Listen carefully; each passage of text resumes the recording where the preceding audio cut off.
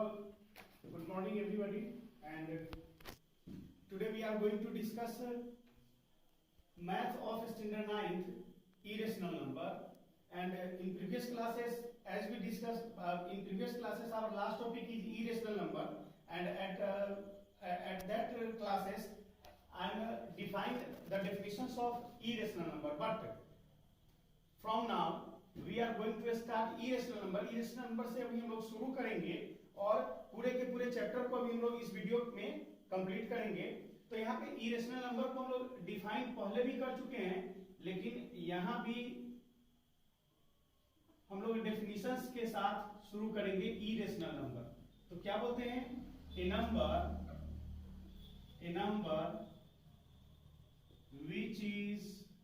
which can neither be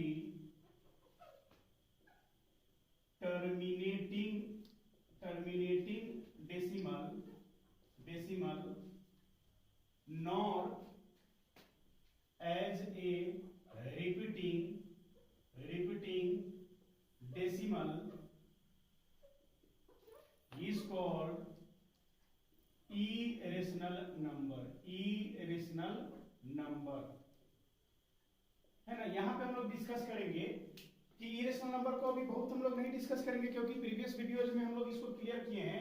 A number which can neither be represented as terminating decimal, वैसा number जो ना ही तो terminating decimal है और ना ही वो रिपीटिंग डेसिमल है, तो उसी को हम लोग इरेशनल नंबर बोलते हैं.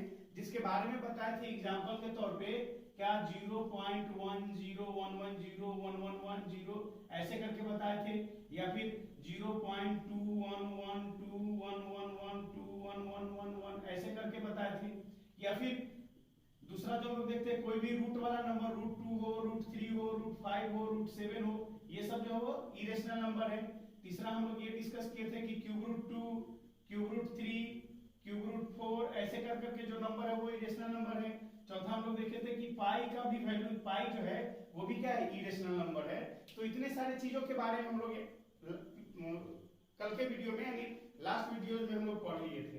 अब यहाँ पे जो कुछ इंपॉर्टेंट डिस्कशन जो हम लोग को देखना है कि प्रॉपर्टीज ऑफ इरेशनल नंबर क्या होता है. प्रॉपर्टीज यहाँ पे हम लोग पढ़ेंगे प्रॉपर्टीज ऑफ इरेशनल नंबर. इसके बारे में हम लोग पढ़ेंगे कि इरेशनल नंबर का क्या प्रॉपर्टीज है. तो यहाँ पे हम लोग क्या देखते हैं, इरेशनल नंबर का जो कुछ प्रॉपर्टी देखेंगे कि इरेशनल नंबर जो है वो जितने भी commutative property, associative property, distributive law जो होता है, एडिशन एंड मल्टीप्लिकेशन का जो लॉ होता है, इन सारे लॉओं को फॉलो करता है ना. इस बात को हम लोग ध्यान में रखेंगे कि इससे पहले वाले क्लास में पढ़ेंगे ये एडिशन का लॉ, कम्यूटेटिव प्रॉपर्टी का लॉ जो होता है, एसोसिएटिव प्रॉपर्टी का लॉ, सारे लॉ को ये फॉलो करता है. लेकिन जो विशेष यहाँ पे हम लोग को पढ़ना है कि जो नेक्स्ट जो प्रॉपर्टीज में पढ़ना है उसको हम लोग पहला से रिप्रेजेंट करते हैं कि sum of two irrational need not be an irrational, यानी दो इरेशनल नंबर का सम जो है, sum of two irrational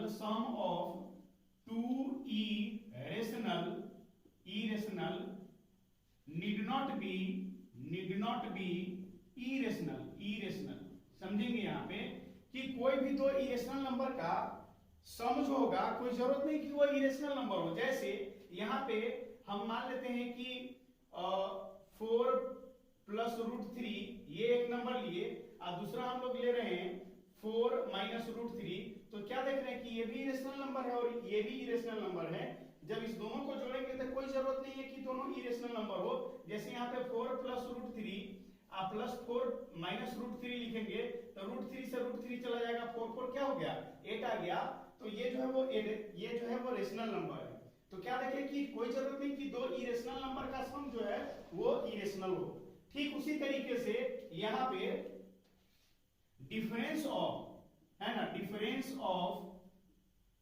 of two irrational number need not be irrational. कोई जरूरत नहीं है कि कोई दो इरेशनल नंबर का डिफरेंस जो है वो इरेशनल नंबर होगा. ये भी इसी के माध्यम से, इसी एग्जांपल से आप समझ सकते हैं, है ना.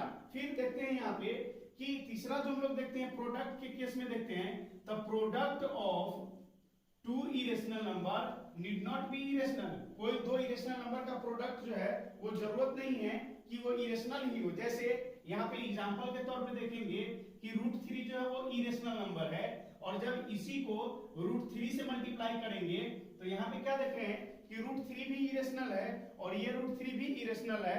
ये दोनों को हम लोग मल्टीप्लाई करेंगे तो क्या आ जाता है, √9 आ जाता है और इसका वैल्यू 3 हो जाता है। तो क्या देखे, दो इरेशनल नंबर का प्रोडक्ट जो है वो क्या निकल रहा है, रेशनल निकल रहा है। यानी कोई जरूरत नहीं है कि दो इरेशनल नंबर का प्रोडक्ट जो होगा वो इरेशनल होगा। उसी तरीके से यहाँ पे कोशिएंट ऑफ, यानी यहाँ जो देखे प्रोडक्ट देखे, उसी तरीके से quotient of two irrational number need not be, यहाँ पे quotient of two irrational number need not be irrational, यानी कोई भी दो इरेशनल नंबर का प्रोडक्ट जो है वो कोई जरूरत नहीं है कि इरेशनल हो। जैसे यहाँ पे 2√3, इसको अगर हम लोग डिवाइड करेंगे √3 से तो क्या हो जाएगा कि ये भी इरेशनल नंबर है और ये भी इरेशनल नंबर है। इसमें क्या है कि जब इसको हम लोग सॉल्व करेंगे तो √3 से √3 चला जाएगा, यहाँ पे रिजल्ट आ रहा है 2। तो कोई जरूरत नहीं है कि दो इरेशनल नंबर का प्रोडक्ट जो होगा वो इरेशनल नंबर ही हो। तो इन सब चीजों को हम लोग ध्यान में रखते हैं, है ना। उसी तरीके से हम लोग देखते हैं कि sum of rational and irrational, ये प्रॉपर्टीज अभी बता रहे हैं। इसी में आगे देखेंगे कि रेशनल नंबर और इरेशनल नंबर का सम जो होगा वो हमेशा इरेशनल ही होगा। अभी बताए हैं sum of two irrational number is irrational, product of two, difference of two irrational number is irrational number, product of two irrational number is irrational number and quotient of two irrational number is irrational number.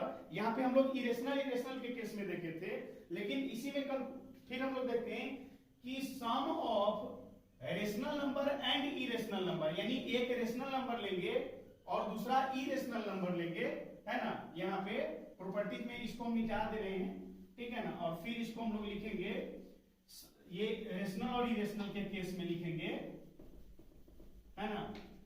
पहला इसमें लिखेंगे कि sum of rational number and irrational number is irrational, याद रखेंगे यहाँ पे irrational number, यानी एक रेशनल नंबर और इरेशनल नंबर का जब हम लोग सम करते हैं तो वो इरेशनल नंबर होता है। उसी तरीके से हम लोग डिफरेंस के केस में भी देखेंगे, तो डिफरेंस के केसेस में भी क्या होगा, डिफरेंस के केसेस में भी क्या है कि रेशनल नंबर और इरेशनल नंबर का जो डिफरेंस है वो क्या होगा, इरेशनल नंबर ही होगा, है ना। तीसरा उसी तरीके से हम लोग देखेंगे प्रोडक्ट के केसेस में, तो रेशनल नंबर और इरेशनल नंबर का प्रोडक्ट भी इरेशनल नंबर हो सकता है। और कोशिएंट के केसेस में देखेंगे तो प्रोडक्ट के केसेस में यहाँ पे हम लोग लिख दे रहे हैं, है ना। और कोशिएंट के केस में भी लिखेंगे quotient of rational number and irrational number is irrational number. ये हम लोग कुछ प्रॉपर्टी जो था वो हम लोग देखे, है ना। अब इसके बाद जो है कि कुछ क्वेश्चन आपको एक्सरसाइज मिलेंगे सॉल्व करने के लिए, उस क्वेश्चन को आप सॉल्व करेंगे, है ना। और किसी तरह का कोई अगर समस्या होगा तो कमेंट बॉक्स में लिखेंगे, है ना। और फिर से यहाँ पे इतना सारा मेहनत किया जा रहा है तो आप लोग प्लीज चैनल को जरूर सब्सक्राइब करेंगे, बेल आइकन को प्रेस करेंगे। और किसी तरह का कोई प्रॉब्लम होगा तो कमेंट बॉक्स में लिखेंगे। कोई भी जानकारी चाहिए, कोई भी सुझाव चाहिए, कुछ भी चाहिए, किसी भी तरीके का सजेशन चाहिए तो आप कमेंट बॉक्स में जरूर लिखेंगे। अब इतना तो हम लोग कर लिए, इसके बेसिस पे आपको कुछ एक्सरसाइज में क्वेश्चन मिलेंगे, उसको आप सॉल्व करेंगे। लेकिन अब हम लोग पढ़ने चलते हैं, जो चैप्टर का नाम है उस नाम को हम लोग समझेंगे कि रियल नंबर, जो चैप्टर अभी पढ़ रहे हैं तो रियल नंबर है क्या, व्हाट आर रियल नंबर। तो आप लोगों को पता है क्या है रियल नंबर? रियल नंबर किसको कहते हैं? चैप्टर का नाम है rational number, sorry real number. उसी रियल नंबर पे हम लोग डिस्कस करेंगे रियल नंबर, है ना। वास्तविक संख्या पे हम लोग यहाँ पे डिस्कस करेंगे क्या है real number. A number whose square is non negative, है ना। ए नंबर क्या लिखते हैं इसको, a number whose square is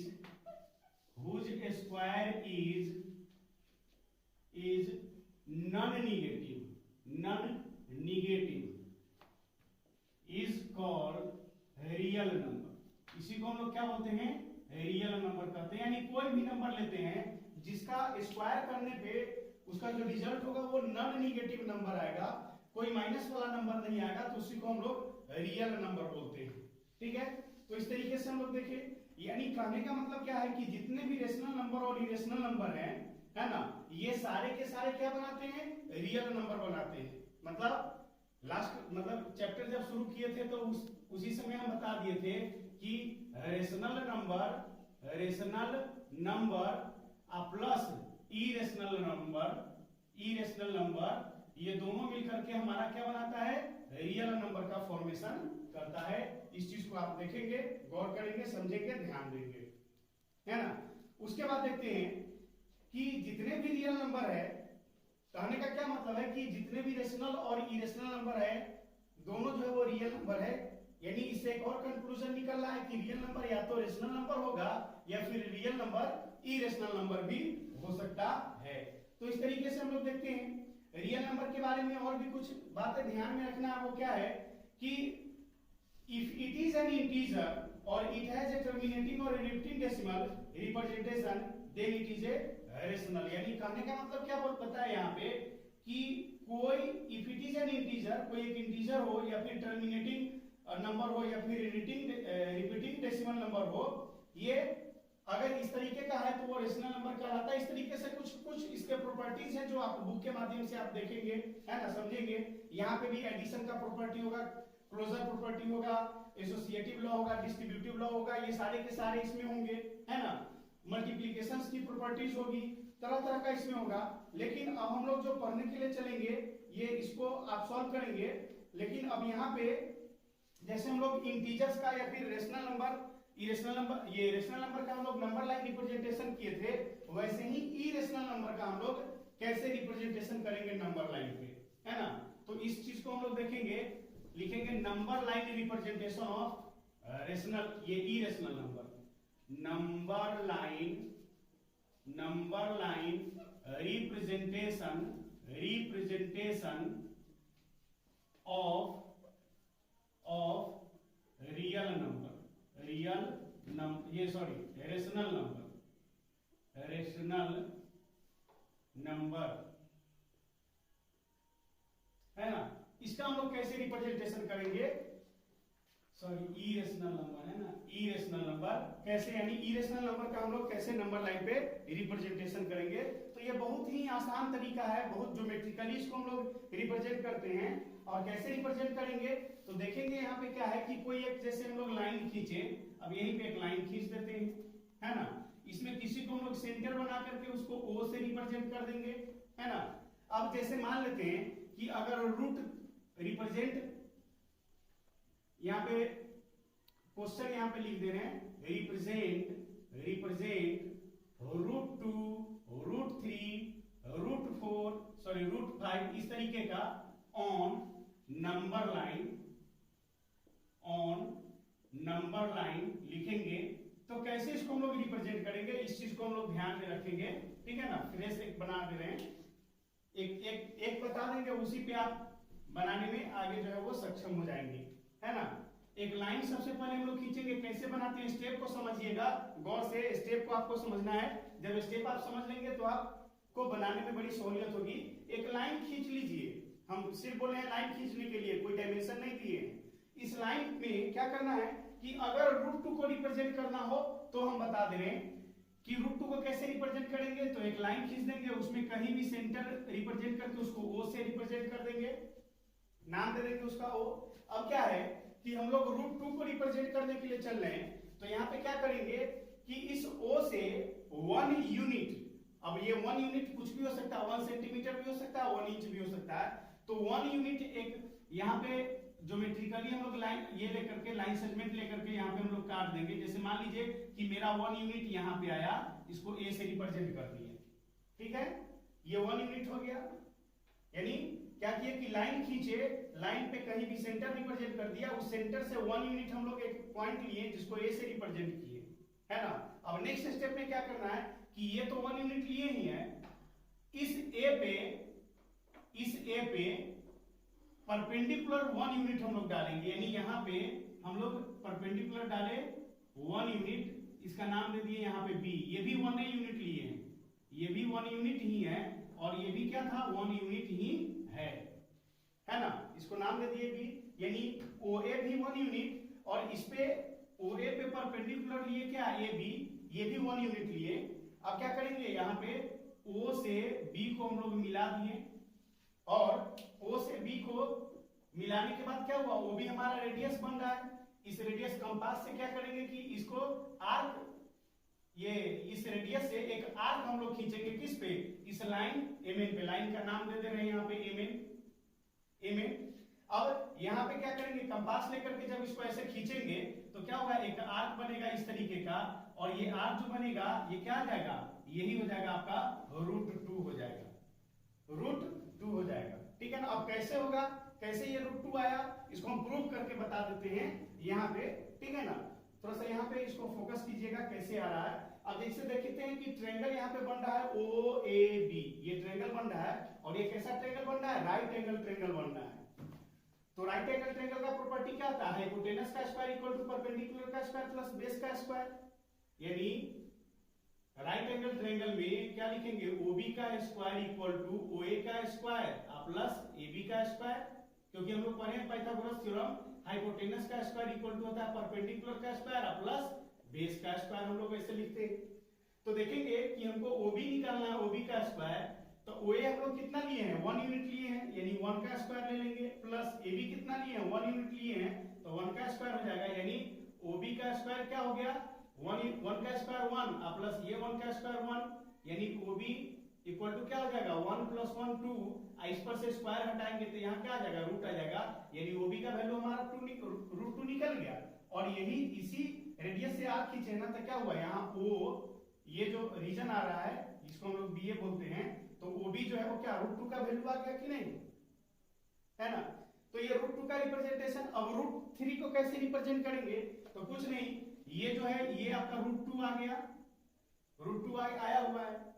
इसी पे क्या करेंगे कि इस OB पे 1 यूनिट का परपेंडिकुलर हम लोग डालेंगे, यहाँ पे 1 यूनिट का परपेंडिकुलर फिर यहाँ पे हम लोग डालेंगे, उसका नाम दे दिए C, नाम दे दिए C।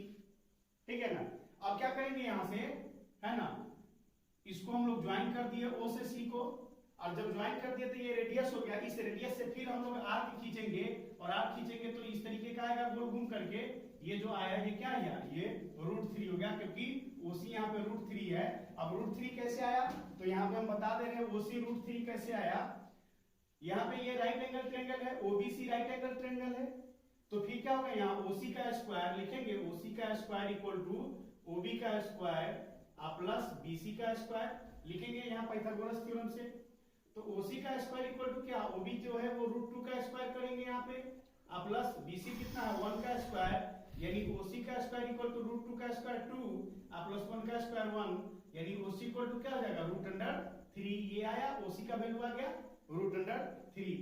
तो इस तरीके से हम प्रूव करके भी बता दिए कि कैसे इसको हम लोग नंबर लाइन पे, इरेशनल नंबर को नंबर लाइन पे रिप्रेजेंटेशन करते हैं। उसी तरीके से आप √5 का, √6 का, √7 का, √8 का, है ना, √9 तो क्या है, √4 और √9 जो है वो क्या है, रेशनल नंबर है, तो उसके लिए तो कोई बात ही नहीं है। अदर देन रेशनल नंबर जो बचता है वो इरेशनल नंबर है।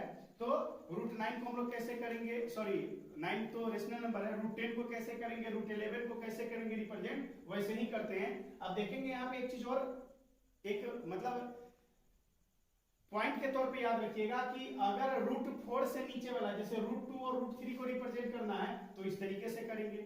√3 डायरेक्ट रिप्रेजेंट नहीं होगा, जब तक √2 आप रिप्रेजेंट नहीं करेंगे तब तक √3 का रिप्रेजेंटेशन नहीं होगा। 4 तो रेशनल नंबर है। जब √5 अगर देता है यहाँ पे रिप्रेजेंट करने के लिए, तो यहाँ पे समझिए √5 दिया रिप्रेजेंट करने के लिए, तो लाइन तो हम लोग लेंगे। यहाँ पे आप याद रखिएगा ये सेंटर भी बना दिए वो, लेकिन जो यहाँ पे √2 और √3 के लिए हम लोग 1 यूनिट लिए थे, यहाँ पे क्या देगा, हम लोग 2 यूनिट ये लेना पड़ेगा, है ना। जैसे ही √4 यानी 4 से ऊपर जाते हैं, √4 से ऊपर जाते हैं तो नीचे वाला 2 यूनिट लेंगे और ये 1 यूनिट रहेगा, ये वाला 1 यूनिट ही रहेगा। और इसको जब सॉल्व करेंगे वैसे ही तो आपको दिखेगा कि ये √5 हो गया। √6 के लिए क्या होगा, पहले √5 आपको बनाना पड़ेगा, तब फिर इस पे 1 यूनिट डालेंगे तो ये √6 आएगा आपका, है ना। इस तरीके से ये आया √5, ये आया √6 वैसे ही इस पे 1 यूनिट डालेंगे तो √7 आपको दिखेगा, है ना। ऐसे करके √8 तक जाएंगे, फिर √10 को रिप्रेजेंट करना होगा तो क्या होगा कि यहाँ जो लिए थे 2 यूनिट, इसमें 9 जो है वो रियल नंबर है, सॉरी रेशनल नंबर है, तो 9 से ऊपर होता है √10, तो √10 के लिए हम लोग क्या करते हैं, ये जो नीचे वाला जो देख रहे हैं वो जो है वो 3 यूनिट का लेंगे और इस तरीके से हम लोग रिप्रेजेंटेशन करते हैं। ठीक है, ये चीज क्लियर हो गया। अब आगे जो हम लोग देखेंगे कि इसी में ये तो हम लोग देखें कि सीधे नॉर्मली √2 और √3 को कैसे रिप्रेजेंट करेंगे, लेकिन इसी में अगर रूट में डेसिमल नंबर हो तो कैसे रिप्रेजेंटेशन करते हैं, ये भी ज्योमेट्रिकल ही है ना। इसको आप समझेंगे, ये भी ज्योमेट्रिकल है कि डेसिमल नंबर को नंबर लाइन पे डेसिमल रूट वाले नंबर को कैसे नंबर लाइन पे रिप्रेजेंटेशन करते हैं। जैसे मान लेते हैं कि क्वेश्चन दिया कि represent 3.2 on number line, represent √3.2 on number line, तो यहाँ पे बहुत घबराने की जरूरत नहीं है। ये सबसे ज्यादा ये सारे के सारे आपको ज्योमेट्रिकली रिप्रेजेंटेशन के लिए आएगा क्वेश्चन में। तो यहाँ पे हम लोग क्या करेंगे, सबसे पहले तो 3.2 दिया है तो एक लाइन खींच लेंगे 3.2 का, खींच लिए यहाँ पे लाइन, मान लेते हैं कि AB एक लाइन खींच ले 3.2 का, खींच ले AB 3.2 सेंटीमीटर का या फिर जो भी है यूनिट का खींच लिए। अब क्या करेंगे कि पॉइंट B से 1 यूनिट, यानी 1 यूनिट कहने का मतलब कि ये अगर सेंटीमीटर में लिए हैं तो ये भी आपको सेंटीमीटर में, ये अगर इंच में लेंगे तो ये भी इंच में, यानी ये 3.2 यूनिट का लाइन जो भी खींचे हैं उसको 1 यूनिट से हम लोग एक्सटेंड कर देते हैं और इसका नाम देते हैं C, दे दिए। अब क्या करना है, लाइन आपका बन गया ABC जो देख रहे हैं वो AC एक लाइन बन गया। अब इस AC लाइन का हम लोग मिड पॉइंट को ढूंढेंगे, तो मान लेते हैं कि इसका मिड पॉइंट ये है, ये सारा ज्योमेट्रिकल है, हम बोर्ड पे ज्योमेट्रिकल कंपास यूज नहीं कर सकते हैं, इसलिए हम बता रहे हैं कि AC जो लाइन है उसका मिड पॉइंट हम लोग यहाँ पे सर्च किए और ये बन गया O, क्लियर। अब क्या करेंगे कि इस AO को रेडियस मान करके हम लोग एक सेमी सर्किल खींचते हैं, खींच दिए सेमी सर्किल, OA को रेडियस मान करके हम एक सेमी सर्किल खींच दिए। अब क्या करेंगे, B जो यहाँ पे पॉइंट था, इस B से इस पे परपेंडिकुलर डालेंगे और इसके सेमी सर्किल को टच कराएंगे। जब टच कर जाएगा इसका नाम कुछ भी दे देते हैं, D दे देते हैं। अब इस BD को रेडियस मान करके, है ना, इसको हम आगे प्रोसीड कर देते हैं, BD को रेडियस मान करके, है ना, और आर्क खींचेंगे, तो जैसे मान लीजिए ऐसे करके आर्क खींचेंगे तो ये आया, ऐसे आएगा, और ये जो बना यही आपका बन गया √3.2 ज्योमेट्रिकल, इसका रिप्रेजेंटेशन हो गया, है ना। तो ऐसे ही अगर मान लीजिए कि यहाँ पे 7.1 होता क्वेश्चन में, तो क्या करते कि AB जो लाइन है वो 7.1 लेते हैं, ये जो AB लाइन है वो 7.1 लेते हैं, और फिर AB को प्रोसीड करते 1 यूनिट C बना देते हैं और वैसे ही सेमी सर्किल सेंटर खोज करके सेमी सर्किल खोजते हैं और फिर परपेंडिकुलर डालकर खींचते। तो इस तरीके से इस क्या बोलते हैं डेसिमल नंबर का रूट में जो डेसिमल नंबर होते हैं उसका हम लोग नंबर लाइन रिप्रेजेंटेशन करते हैं। तो इरेशनल नंबर का भी नंबर लाइन रिप्रेजेंटेशन देख लिए, है ना। अब इस चैप्टर में बस ये आपको बता दिए। अब इस चैप्टर में आखिरी सेगमेंट जो बचता है वो रेशनलाइजेशन बनता है ना, रेशनलाइजेशन। तो रेशनलाइजेशन हम लोग कैसे करेंगे उसके बारे में भी हम लोग देखते हैं कि रेशनलाइजेशन क्यों करना जरूरी है, रेशनलाइजेशन करते क्यों हैं, ये यहाँ पे समझेंगे। आपको अगर किसी तरह का कोई परेशानी होगा तो प्लीज आप कमेंट बॉक्स में लिखेंगे। और फिर से यहाँ पे बोल रहे हैं, बार बार बोलना ये खराब लगता है लेकिन फिर भी बता रहे हैं कि चैनल को आप जरूर सब्सक्राइब करेंगे, है ना।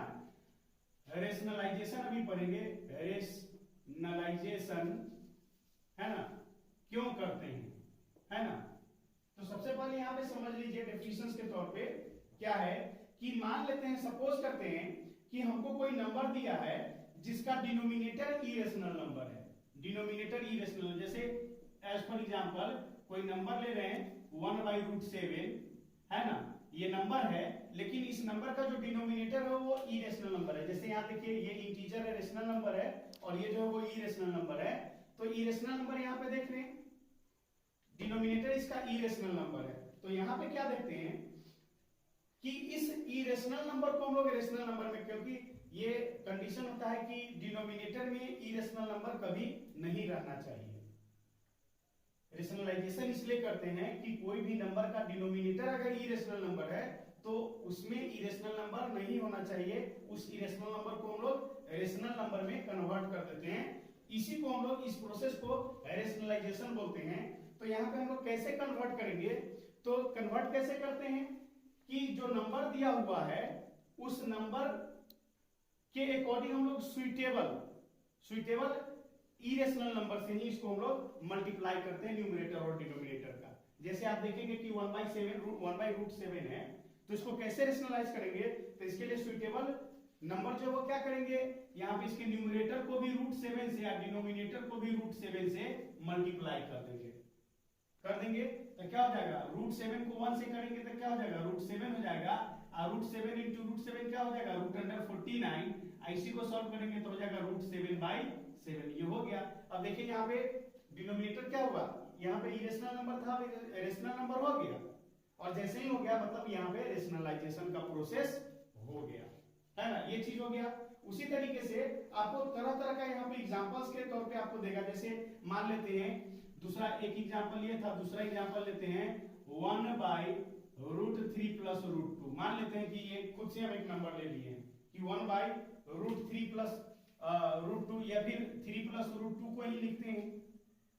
तो यहाँ पे हम लोग कैसे करेंगे रेशनलाइजेशन, कैसे करेंगे, तो क्या बताएं कि हम लोग कोई इसका ये नहीं होता है कि हाँ आप फलाने नंबर से ही रेशनलाइज करना है, जैसा नंबर का डिनोमिनेटर होता है उसके अकॉर्डिंग हम लोग रेशनलाइजेशन के लिए नंबर को चुनते हैं। जैसे यहाँ पे 3 + √2 है इसका डिनोमिनेटर, तो 3 + √2 जो है, अब यहाँ पे हम लोग क्या करते हैं रेशनलाइज करने के लिए कि 3 + √2 है ना, तो इसको मल्टीप्लाई करेंगे, केवल नंबर यही रहेगा, केवल साइन चेंज कर जाएगा। जैसे यहाँ 3 + √2 है तो इसके न्यूमरेटर को क्या करेंगे 3 - √2 से, और नीचे में फिर क्या हो जाएगा 3 - √2 से।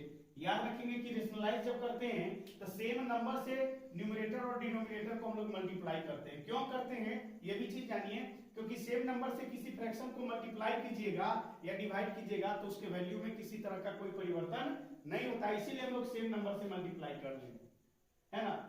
तो देख लिए यहाँ पे केवल क्या किए कि डिनोमिनेटर में 3 + √2 था, तो केवल प्लस को चेंज कर दिए, किसमें माइनस में, नंबर सेम रहने दिए। अब इसको हम लोग सॉल्व करेंगे तो क्या हो जाएगा, 1 से किसी भी नंबर को हम लोग मल्टीप्लाई करेंगे तो क्या हो जाएगा, नंबर इटसेल्फ होता है। अब 3 को 3 से करेंगे तो इसको करेंगे, ये देखिए a + b फॉर्मूला क्या आ रहा है, a + b a - b, तो a + b a - b किसका फॉर्मूला आता है, a² - b² हो गया। अब यहाँ पे आगे जो हम लोग देखते हैं क्या है कि ये ऐसे ही रह जाएगा 3 - √2, और √3 का स्क्वायर क्या हो जाता है 9, माइनस √2 का स्क्वायर क्या हो जाएगा 2। अब इसको करेंगे तो 3 - √2 बाई क्या हो जाएगा यहाँ पे 7, ठीक है। तो इस तरीके से देखिए क्या कि जो डिनोमिनेटर में रेशनल नंबर था, अब क्या हो गया यहाँ पे सॉल्यूशन जब किए तो ये रेशनल नंबर में कन्वर्ट कर गया। इस तरीके से हम लोग रेशनलाइजेशन करते हैं, है ना। देखेंगे अगर बनाने में प्रॉब्लम होगा तो आपके बुक में एग्जांपल्स वगैरह दिया हुआ होगा, उसको देखेंगे, उससे भी आपको सॉल्व मिलेगा। नहीं तो हम तो कुछ क्वेश्चन के माध्यम से यहाँ पे हर एक क्वेश्चन तो बनाना पॉसिबल नहीं है वीडियोस के माध्यम से। हाँ आपको प्रॉब्लम होगा तो आप कमेंट बॉक्स में लिखिएगा, या फिर कोई ये ज्यादा प्रॉब्लम होगा तो हम अपना व्हाट्सएप नंबर भी शेयर करेंगे, तो उस पर आप क्वेश्चन देंगे तो हम यहाँ से सॉल्यूशन बना करके भेजेंगे। तो इस तरीके से चैप्टर के लगभग हम लोग आखिरी छोर पे आ रहे हैं, है ना। रेशनलाइजेशन हम आपको बता दिए, और लास्ट में जो चैप्टर में जो देखते हैं रेशनलाइजेशन के बाद जो आता है वो लॉ ऑफ एक्सपोनेंट्स वगैरह आता है। तो ये सिंपली आप जानते हैं एक्सपोनेंट, जैसे मान लीजिए कि कोई क्वेश्चन हम एक एग्जांपल के तौर पे ले रहे हैं, है ना, कि a × m a⁴m इस तरीके से। तो आप देखेंगे क्या है कि जब बेस सेम होता है तो पावर को हम लोग ऐड कर देते हैं, यानी लिखेंगे a⁴m + n। इस तरीके से हम लोग करते हैं। तो इस तरीके का कुछ क्वेश्चन आपको बुक में देगा, उसको भी आप देखेंगे, बनाएंगे, सॉल्व करेंगे। और इस तरीके से हम देख रहे हैं कि चैप्टर में अब बहुत कुछ नहीं है, जितना हम पढ़ाए हैं ये 2 वीडियो में इस पूरे चैप्टर को खत्म कर रहे हैं। इस दोनों वीडियोस के माध्यम से आपका पूरा का पूरा यहाँ पे चैप्टर कंप्लीट हो रहा है। आप बनाएंगे, आपके पास 1-2 दिन का समय है, फिर हम अगले वीडियोस में कुछ साइंस का टॉपिक डालेंगे। मैथ्स को हम एक दिन स्टे करके और अगले वीडियोस में हम साइंस का पोस्ट करेंगे, है ना। तो तब तक आप प्रॉब्लम को सॉल्व करेंगे, बनाएंगे, कोई प्रॉब्लम हुआ तो आप मैसेज करेंगे। ठीक है, आज के लिए इतना ही, थैंक यू।